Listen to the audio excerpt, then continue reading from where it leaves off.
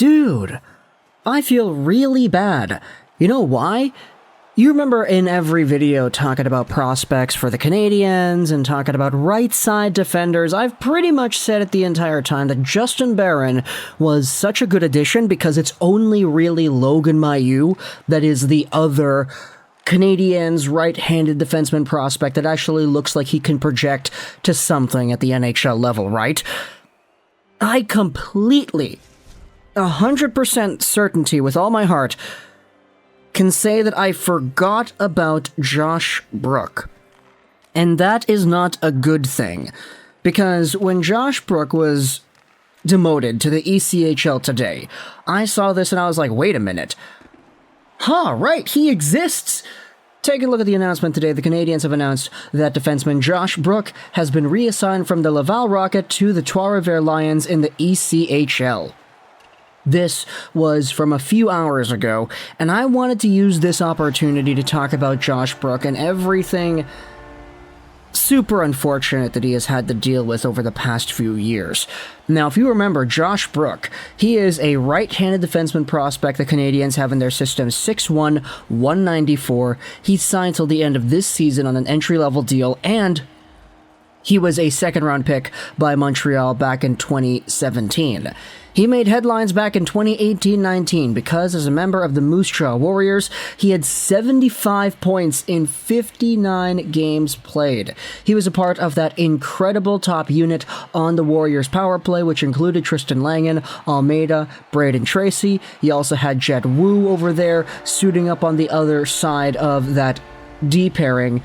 And this was such a good unit that they dominated the WHL in this time frame. You don't see two teammates often getting 100-plus points, let alone 110-plus points like Almeida and Langen did.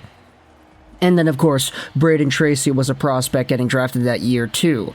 Josh Brook had an over-point-per-game season, and he had a lot of Canadiens fans super excited to seeing what he would be able to do. This is the Habs Eyes on the Prize article from 2019 about Josh Brook, and you can see that when they talk about his strengths, they talk about his speed, his stride, his skating being impressive. He can go end to end if the opportunity arises, but where you see him shine the most is on the offensive blue line. His vision and creativity with the puck combined with a quality shot and precision passing give him the ability to take over a game from the point. He can work himself into a dangerous shooting position with his hands and feet, or he can find a teammate tape to tape and create equally dangerous opportunities.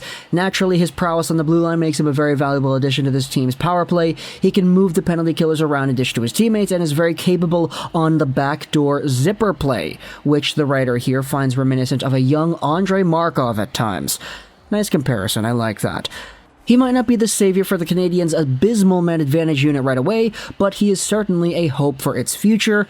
And then there are some weaknesses over here, too. He could use some work on his outlet passes and breakout. The projection over here was pretty nice. He has more similar qualities to Jeff Petrie as a player, which is far from being a problem if he can become the future #1 option for the club. Ay.